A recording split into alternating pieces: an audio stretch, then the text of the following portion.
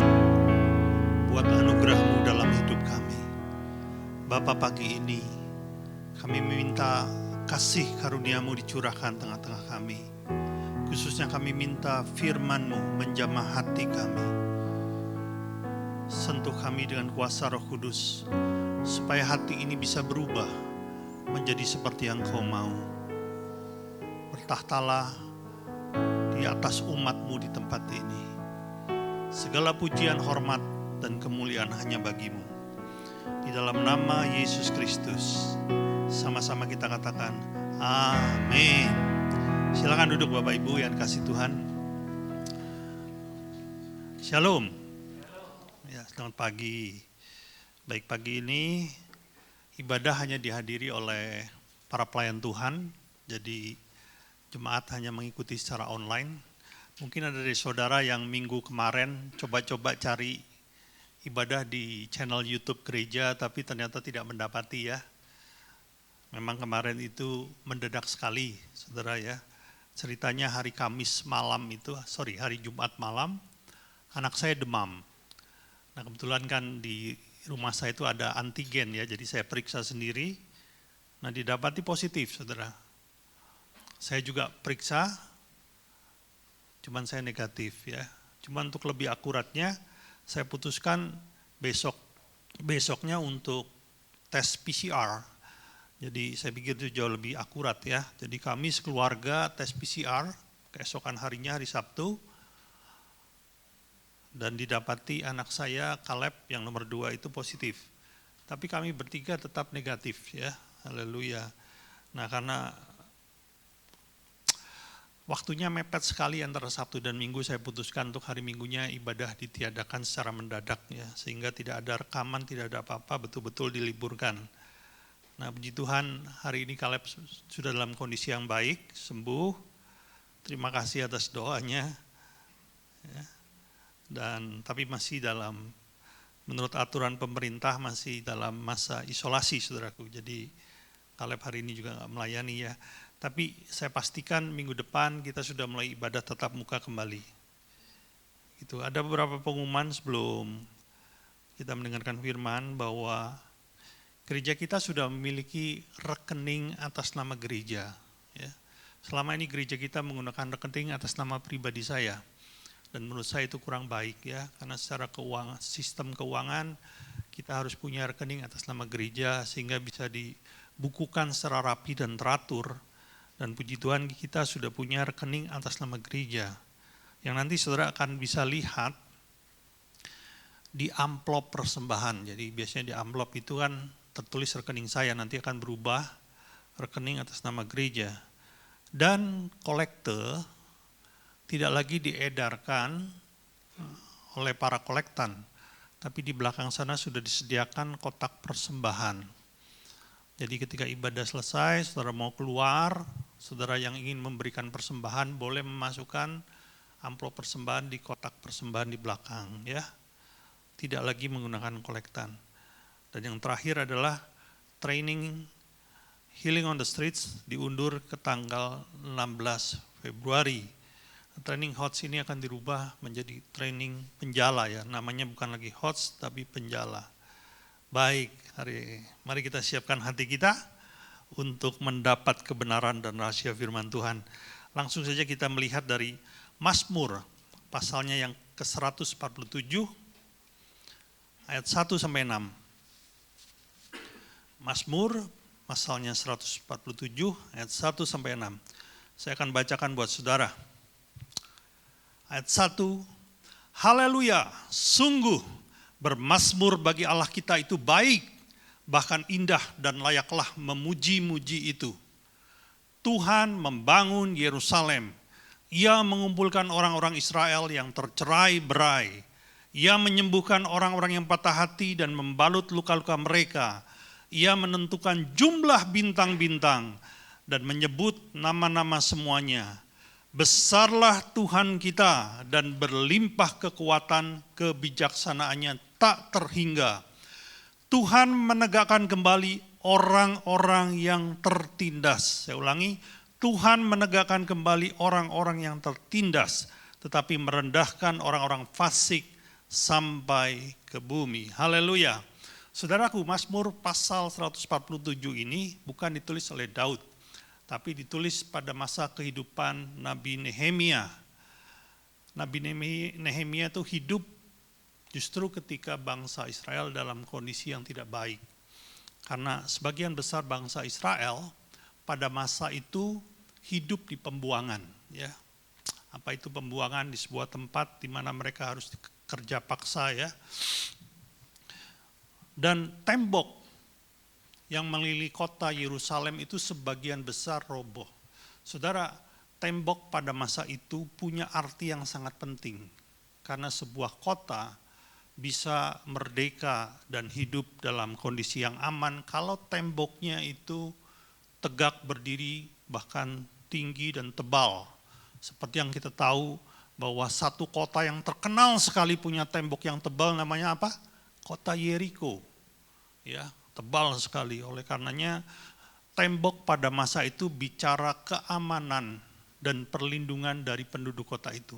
Nah, pada masa Nehemia ini, sebagian besar tembok kota Yerusalem runtuh, saudaraku. Artinya, Yerusalem tidak dalam kondisi yang aman, dan memang tidak aman. Mereka mudah diserang, bahkan sudah diserang, sudah dikalahkan. Dan sebagian besar penduduknya ada di tempat pembuangan, saudaraku. Saudara, ini sebuah kondisi yang tidak baik. Dan di tempat pembuangan mereka itu ditekan, diperbudak, bahkan ditindas, saudara, ya. Perhatikan, saudaraku, sebetulnya ada masa dalam kehidupan orang percaya juga diizinkan kita ini mengalami kondisi di mana kita ini masuk dalam kondisi yang tertekan, ya, dihimpit masalah, bahkan tidak jarang ditindas. Apakah ada dari saudara sekarang sedang tertindas? Haleluya. Kata tertindas di ayat yang ke-6 itu menggunakan bahasa Ibrani anaf. Anaf ini sebetulnya arti sesungguhnya adalah lemah lembut. Ya. Jadi saya juga agak bingung kenapa kok masuk ke dalam bahasa Indonesia jadi tertindas, ya. Tapi ya nggak apa-apa lah. Karena bagaimanapun juga nggak salah juga, ya. Nah, apa yang dimaksud dengan lemah lembut di sini, saudara? Lemah lembut di sini bukanlah bicara bahasa tubuh atau sikap fisik atau tutur kata yang lembut, bukan. Ini tidak ada hubungannya dengan apa yang tampak secara jasmani. Tapi ini bicara tentang sikap hati, saudara. Sikap hati yang seperti apa? Sikap hati yang lemah lembut. Apa itu sikap hati yang lemah lembut? Sikap hati yang lemah lembut adalah sikap hati yang mudah dibentuk, mudah diajar, mudah ditegur. Itulah sikap hati yang lemah lembut. Dan inilah yang dimaksud dengan anaf dalam Mazmur 147 ayat 6. Saudaraku, engkau pasti pernah ketemu dengan orang-orang yang keras kepala. Pernah nggak ketemu? Ya, keras kepala.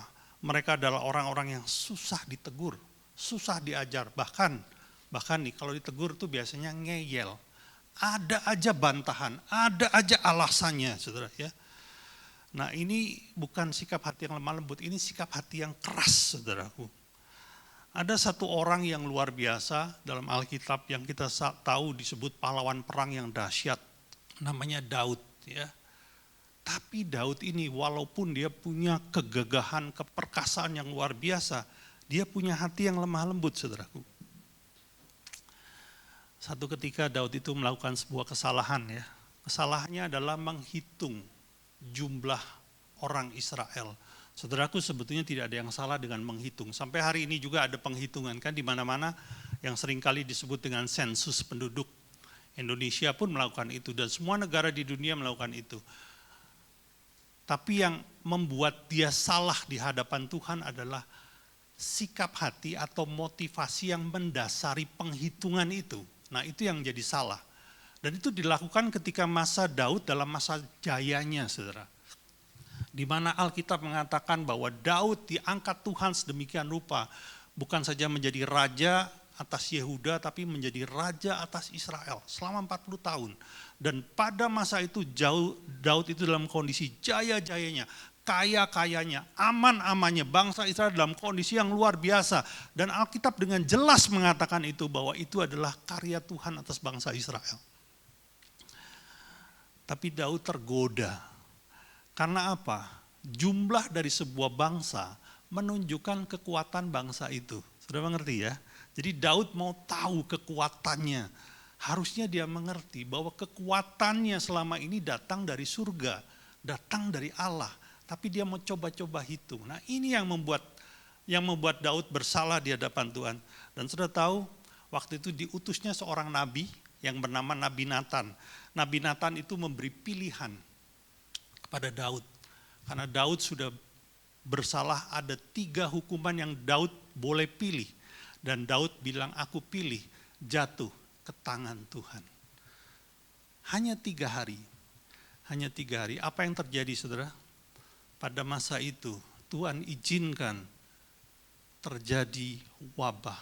Daud diberi penglihatan dan dia melihat ada malaikat Tuhan yang terbang dan mengangkat pedangnya, saudara.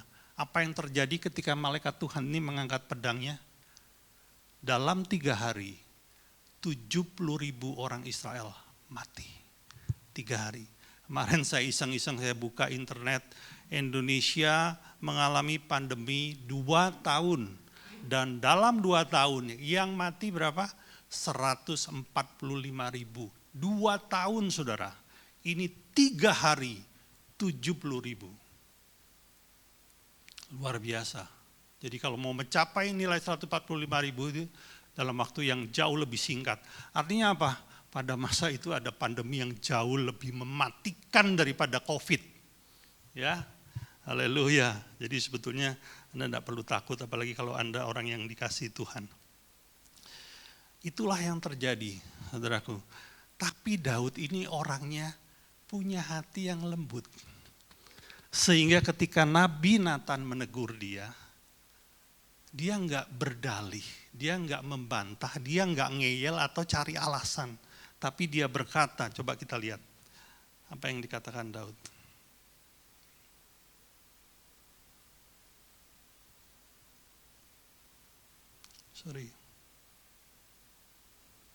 Mananya ya?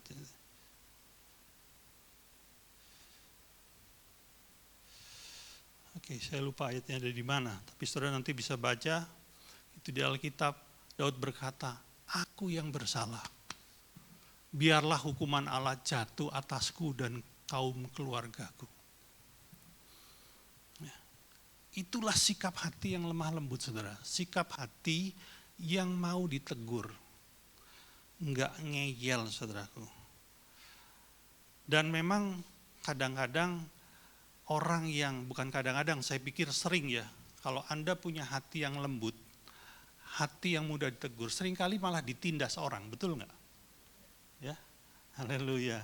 Karena sikap hati yang seperti itu, demi melakukan firman Tuhan, apa yang terjadi dalam kehidupan Daud?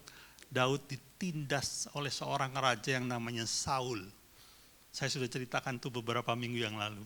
Demi apa? Demi melakukan firman. Dia tidak mau mencelakai orang yang diurapi Allah. Dan oleh karena itu dia mengizinkan dirinya ditindas. Memang orang-orang yang lembut hatinya seringkali mengalami penindasan. Tapi tahukah saudara, orang yang lembut hatinya itu dibela oleh Allah. Oleh karenanya Daud pernah berkata di Mazmur 37, dia bilang, sekalipun aku jatuh, namun takkan tergeletak, sebab tangan Tuhan selalu menopangku. Ayo coba kunci A. Saudara pasti pernah tahu ya lagu ini ya. Cering. Sekalipun aku jatuh, namun takkan tergeletak. Sekalipun aku jatuh, namun takkan tergeletak, sebab tangan Tuhan selalu menopangku.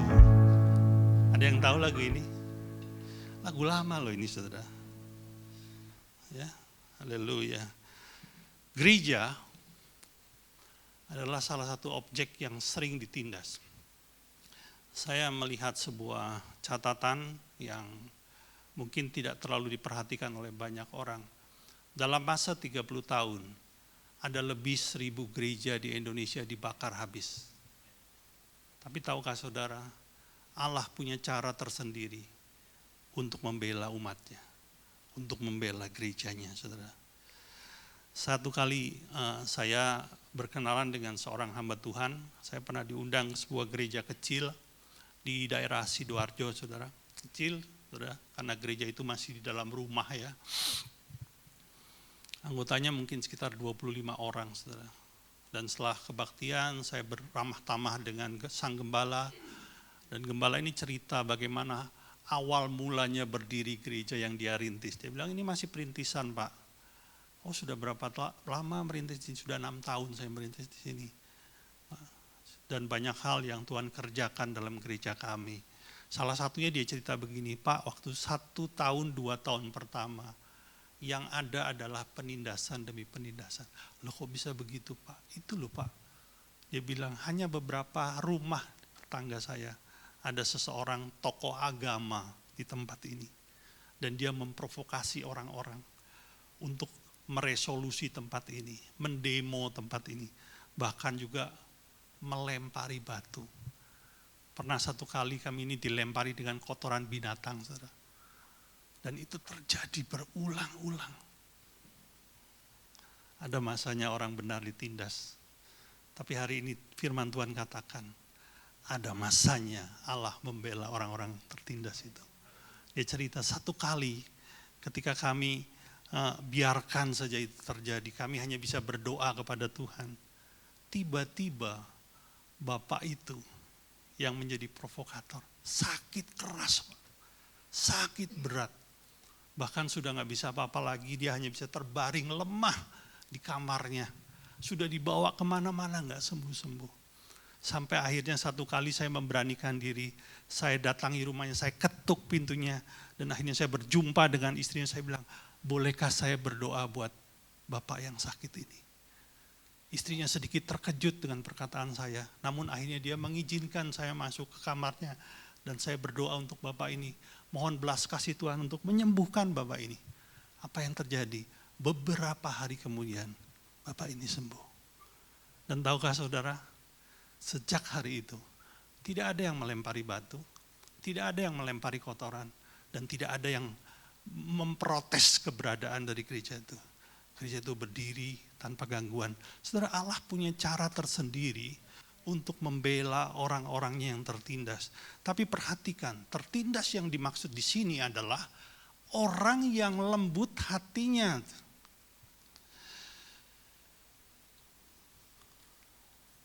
Ada pertanyaan begini, saudara. Mengapa ada orang Kristen yang seakan-akan tidak mengalami pembelaan Tuhan? Jawabnya begitu sederhana, saudara. Karena mereka punya hati yang keras, tidak mau ditegur. Ketika firman Tuhan datang untuk menegur dia menolak firman itu, mengeraskan hatinya. Satu ketika bangsa Israel dipimpin oleh Raja Saul, datang satu firman untuk bangsa Israel berperang melawan bangsa Amalek. Bangsa Amalek itu sebenarnya musuh lama dari bangsa Israel. Dan ada satu janji yang indah pada saat itu. Firman Tuhan berkata bahwa bangsa Amalek akan diserahkan ke tangan bangsa Israel. Artinya akan kalah. Dan itu betul-betul digenapi. Saul memimpin prajuritnya memerang, bahkan dikatakan ada lebih dari 200.000 orang yang dipimpin untuk menyerang bangsa Amalek. Dan yang terjadi, bangsa Amalek mengalami kekalahan yang besar. Tapi pada saat itu ada satu perintah yang diberikan kepada Saul. Bunyinya begini, aku minta engkau membinasakan semua orang Amalek. Semua tanpa terkecuali, itu yang pertama. Yang kedua, aku minta engkau membinasakan semua ternak. Tidak terkecuali sapi, lembu, kambing, domba, apapun, binatang, bunuh semuanya. Tapi apa yang terjadi? ketika Amalek dikalahkan, ada satu orang Amalek yang dibiarkan hidup, yaitu rajanya yang bernama Agag. Itu ditangkap hidup-hidup dan tidak dibunuh. Itu yang pertama. Yang kedua, domba, lembu yang tambun, gemuk, sehat, bagus, tidak dibunuh, dijarah dan dibawa pulang. Dan Tuhan memerintahkan Samuel untuk menegur Saul.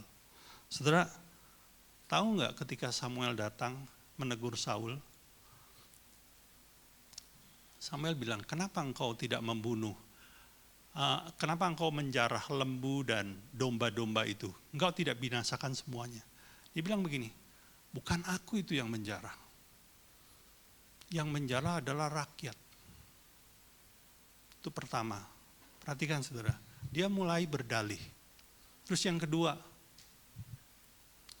dia bilang begini, dan rakyat menjarah ternak itu nantinya akan dipakai untuk persembahan kepada Allah. Jawabannya kelihatannya kan rohani ya. Padahal itu sebetulnya pembenaran diri. Itu yang kedua. Secara singkat akhirnya Samuel bilang begini, sudahlah, aku gak mau ngomong lagi. Aku hanya mau menyampaikan bahwa sejak hari ini Tuhan memutuskan untuk memilih raja yang lain dan bukan lagi engkau. Udah begitu loh, mestinya dia sadar. Ya toh? Jangan gitu dong. Ini saya bikin dengan bahasa kita ya supaya mudah dimengerti. Jangan gitu dong. Aku ini mau loh melakukan perintah Tuhan. Tapi rakyat itu mendesak aku untuk melakukan itu. Saudara perhatikan. Beda dengan apa yang direspon dari Daud. Ketika Daud ditegur oleh Nathan, dia bilang, iya aku salah. Dan biarlah hukuman Tuhan jatuh atasku, katanya. Beda dengan ini. Dia bilang apa? Aku salah memang, tapi aku salah karena didesak oleh rakyat, saudara. Ini kalau dalam bahasa Alkitab, namanya tahu nggak apa?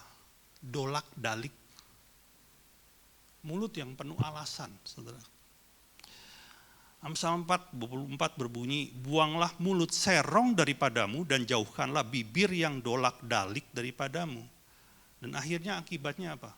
Bukannya Allah menjadi pembela dari Saul, tapi Allah menolak Saul menjadi raja atas Israel. Saudara, kenapa sih? Karena Saul punya hati yang keras, saudara, tidak mau ditegur, bukan hati yang lembut. Kemarin itu ya, saya secara tidak sengaja bertemu dengan seorang kawan lama. Dia sebetulnya seorang Kristen, tapi dia udah nggak pernah ke gereja, udah lama sekali. Bahkan mungkin dia juga udah nggak pernah berdoa kali ya. Dari cara bicaranya, gaya hidupnya, waduh ini orang udah jauh dari Tuhan. Tapi saya pikir oke lah, mungkin saya mendapat kesempatan untuk memberitakan Kristus kembali, membawa dia kepada Tuhan. Dan saya cerita, gimana kabarnya? Oh ini saya lagi nggak ada kerjaan ini. Tapi saya kerjain pokoknya yang bisa buat makan. Lalu saya bilang ini, kamu ini orang pinter loh. Masa sih kamu nggak bisa kerja? Bukankah kamu tuh pernah buka usaha sendiri? Dan ternyata ketika dia cerita, dia buka usaha bolak-balik saudara. Dan ternyata gagal lagi, bangkrut lagi. Orangnya pinter, bener pinter. Orang otaknya encer, saudara.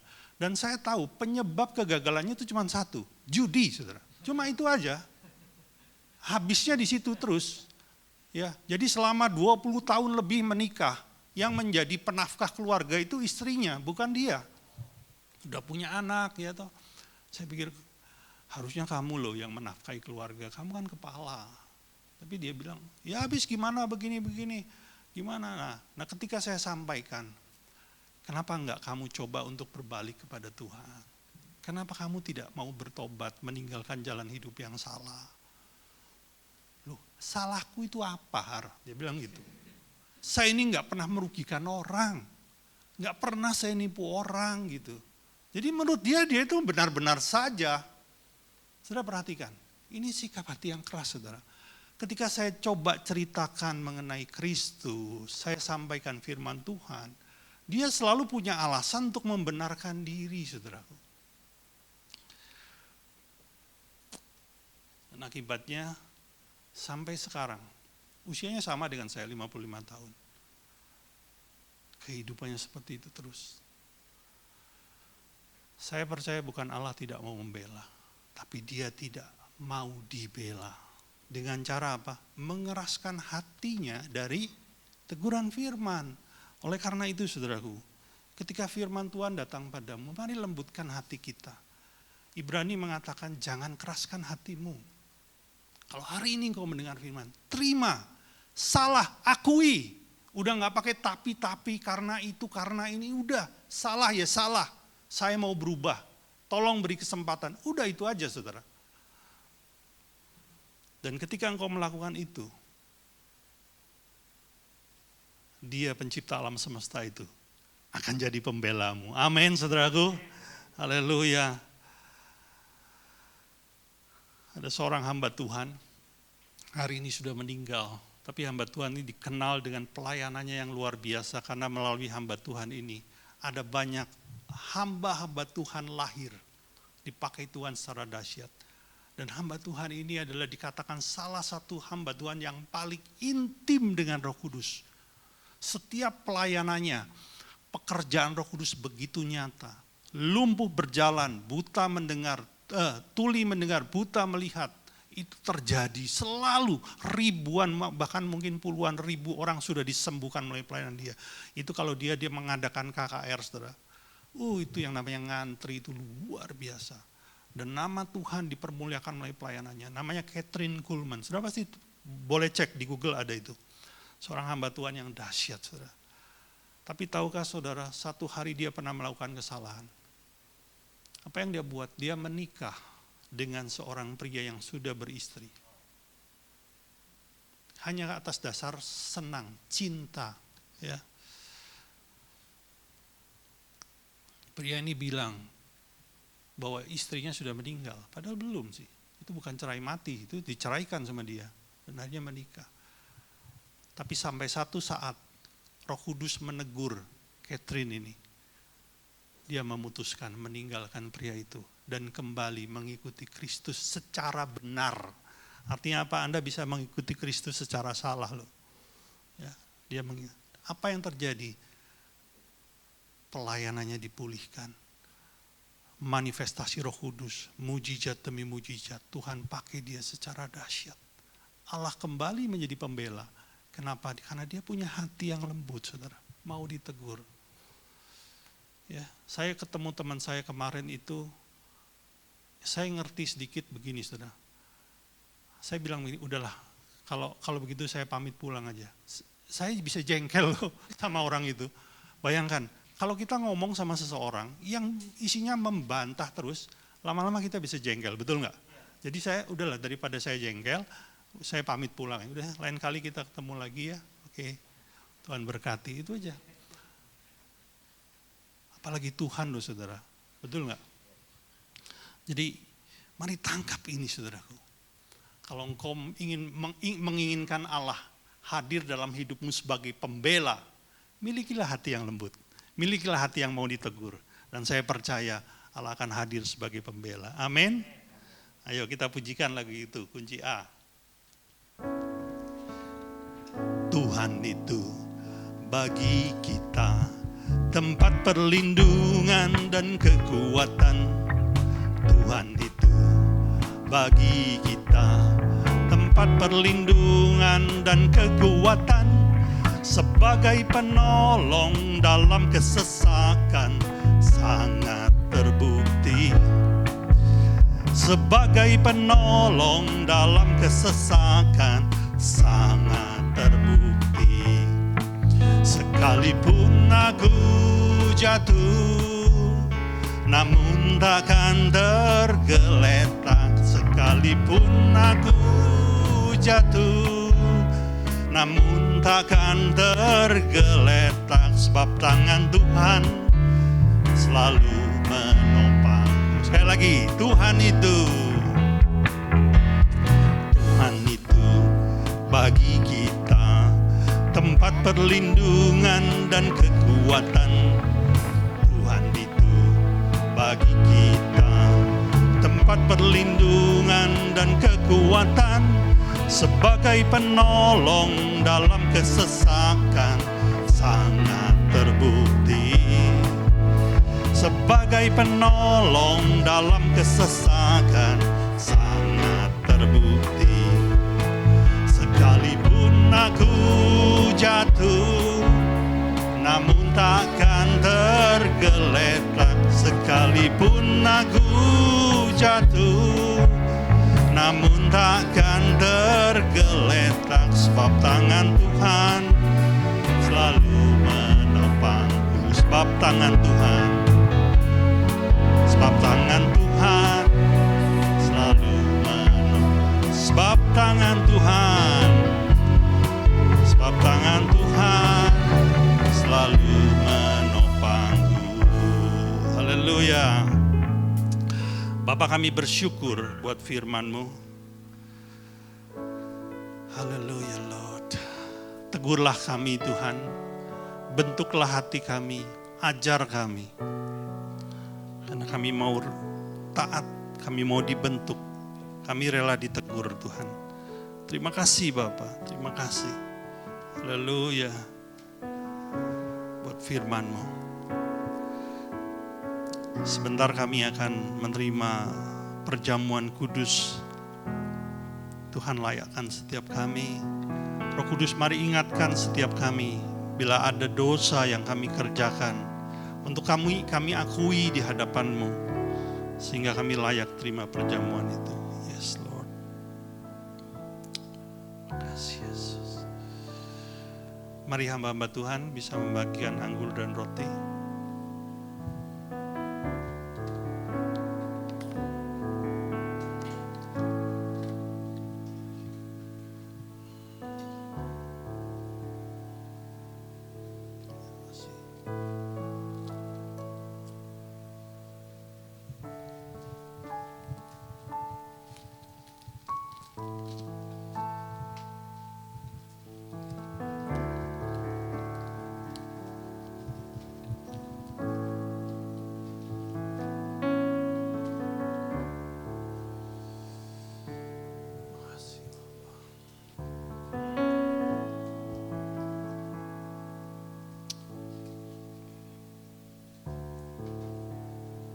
Demikian pula dengan jemaat yang ada di rumah masing-masing, bisa mempersiapkan roti dan anggurnya. Haleluya. Mari kita berdiri dan kita angkat roti di atas kepala kita. Terima kasih Tuhan. Sebab apa yang telah kuteruskan kepadamu, telah aku terima dari Tuhan, yaitu bahwa Tuhan Yesus pada malam waktu ia diserahkan, mengambil roti dan sudah itu ia mengucap syukur atasnya. Ia memecah-mecahnya dan berkata, inilah tubuhku yang diserahkan bagi kamu. Perbuatlah ini menjadi peringatan akan aku. Jemaat yang dikasihi Tuhan, bukankah roti yang kita pecah-pecahkan ini adalah persekutuan kita dengan tubuh Kristus? Mari kita makan dalam namanya.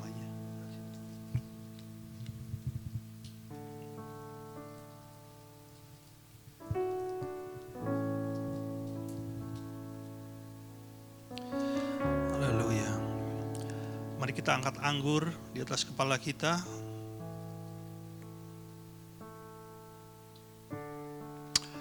Demikian juga ia mengambil cawan sesudah makan, lalu berkata, cawan ini adalah cawan perjanjian baru yang dimeteraikan oleh darahku. Perbuatlah ini setiap kali kamu meminumnya menjadi peringatan akan aku.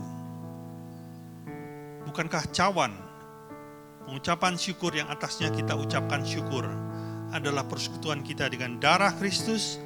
Mari kita minum dalam namanya. Terima kasih Tuhan. Terima kasih Bapa.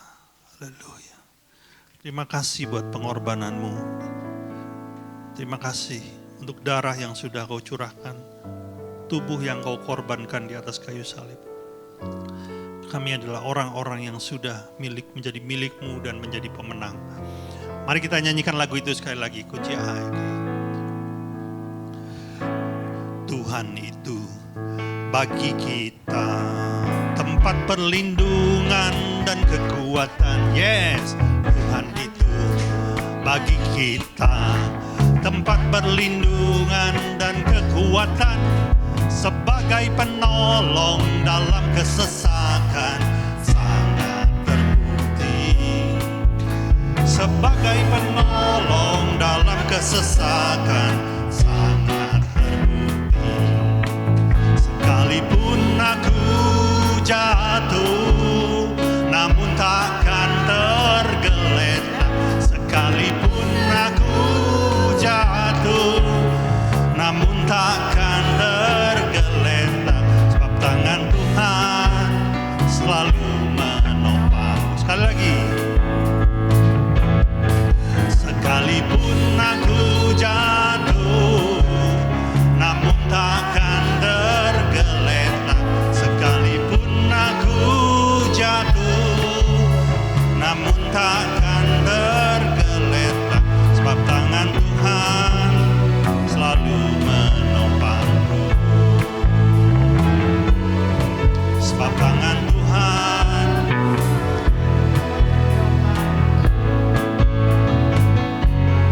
sebab tangan Tuhan.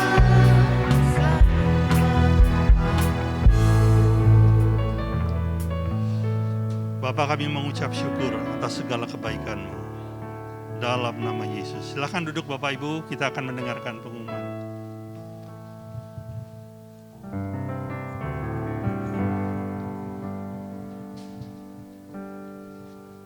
Shalom Bapak Ibu, selamat pagi. Saya akan bacakan pengumuman. Yang pertama, ibadah tatap muka tetap diadakan minggu depan, dan bagi Bapak Ibu harap mendaftar di grup Telegram kita. Kedua, untuk link ibadah nanti hari ini akan diumumkan atau disiarkan di grup kita, di grup Telegram, dan Bapak Ibu bisa melihat di link tersebut. Ketiga, setiap hari Rabu ini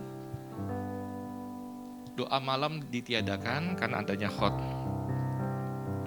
Yang keempat, doa malam secara pribadi atau bersama keluarga tetap diharapkan dilaksanakan.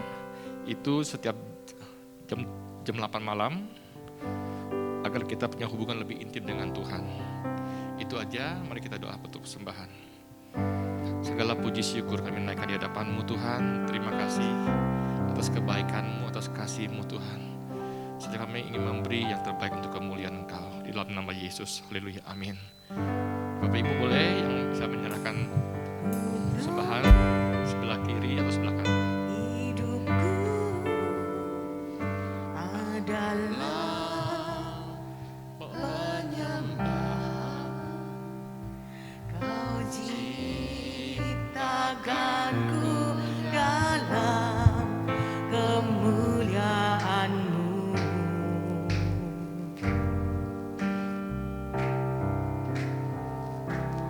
Ku tahu hidupku berharga di mata-Mu. Segenap hidupku persembahkan.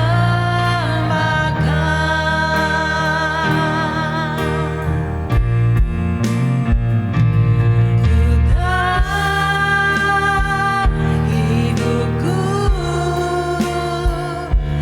adalah penyembahan, Kau ciptakanku dalam kemuliaan-Mu. Hidupku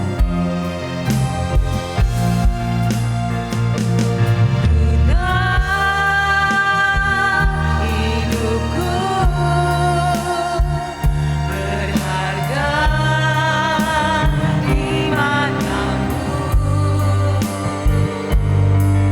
Segenap hidupku persembahkan. Saya minta Bapak Ibu untuk bangkit berdiri. Kita akan mengakhiri ibadah dengan doa penutup. Terima kasih Bapa kasih-Mu yang besar dalam hidup kami. Kalau kami boleh beribadah Tuhan, memuji membesarkan nama-Mu Tuhan, sebab Kau yang layak kami puja Tuhan. Terima kasih Tuhan. Terima kasih Bapa, kalau kami boleh beribadah online saat ini Tuhan. Kami boleh melayani Engkau Tuhan, semua karena kemurahan-Mu yang besar dalam hidup kami. Beri kami hati yang lebih murni lagi untuk melayani Engkau. Kami juga bawa gembala kami Tuhan. Terima kasih Tuhan. Hati hamba, hati gembala selalu ada dalam hidupnya Tuhan. Terima kasih juga untuk firman-Mu Tuhan yang telah Kau bentangkan di hati kami. Beri kami hati yang lembut, yang mudah dibentuk seturut kehendak-Mu Tuhan, agar semua rencana-Mu kami genapi dalam hidup kami dan nama-Mu ditinggikan Tuhan. Terima kasih Bapa. Kami berdoa untuk gembala kami, bila Tuhan berdoa istri dan anak-anaknya, apapun yang mereka kerjakan Tuhan, biar nama-Mu ditinggikan, dipermuliakan dalam hidupnya Tuhan. Terima kasih Bapa. Kami juga berdoa untuk seluruh jemaat kami. Kau berkati mereka satu persatu, keluarga demi keluarga. Pekerjaan mereka, studi mereka Kau berkati Tuhan. Beri mereka hati lebih lagi untuk mengutamakan Engkau dalam hidup mereka masing-masing. Engkau mencukupkan, Engkau memenuhi segala keperluan mereka Tuhan. Terima kasih Bapa. Kau juga berkati anak-anak mereka Bapa. Kami juga berdoa untuk bangsa kami Indonesia. Kami sangat mengasihi bangsa kami Tuhan. Kami minta di dalam nama Yesus hujan pertobatan, hujan keselamatan untuk bangsa ini Tuhan. Kami berdoa Tuhan, bila pintu-pintu penginjilan terbuka di dalam nama Yesus Tuhan. Dan kami minta Tuhan, dari Sabang sampai Merauke, Engkau menjamah hati bangsa ini. Biar bangsa ini boleh melihat perbuatan-Mu yang ajaib, kasih-Mu yang besar di bangsa ini. Dan banyak orang berbondong-bondong datang melihat kemuliaan Engkau, melihat kasih-Mu di bangsa ini. Dengan lutut mereka bertelut, dengan lidah mereka mengaku, Engkaulah Allah yang benar, Allah yang mulia, Allah yang perkasa. Biar nama-Mu ditinggikan, nama-Mu dipermuliakan di bangsa ini Tuhan. Terima kasih Bapa, kami merindukan itu semua Bapa. Kami juga memberkati bangsa kami. Kami memberkati pemimpin kami Pak Jokowi. Beri dia hikmat-Mu Tuhan untuk memimpin bangsa ini Tuhan. Biar apapun yang dia putuskan semata-mata hanya untuk kesejahteraan rakyat banyak Tuhan. Kau berkati istri dan anak-anaknya. Kau juga berkati pemimpin kami dari yang paling tinggi sampai yang paling rendah. Kau berkati mereka semua Tuhan. Terima kasih Bapa yang baik. Sebelum kami pulang Tuhan, kami rindu Kau memberkati kami. Mari jemaat yang kasih Tuhan, kita angkat tangan kita dan arahkan hatimu kepada Bapa di surga. Diberkatilah Engkau berlimpah-limpah dengan segala yang terbaik dari Allah Bapa di surga, kasih-Nya yang sempurna dalam Yesus Kristus, serta kekuatan, pertolongan dan penghiburan dari Roh Kudus, memampukan engkau untuk menghidupi segenap kehendak Allah. Kita yang sudah terima semuanya itu, sama-sama kita katakan, Amin. Tuhan Yesus memberkati.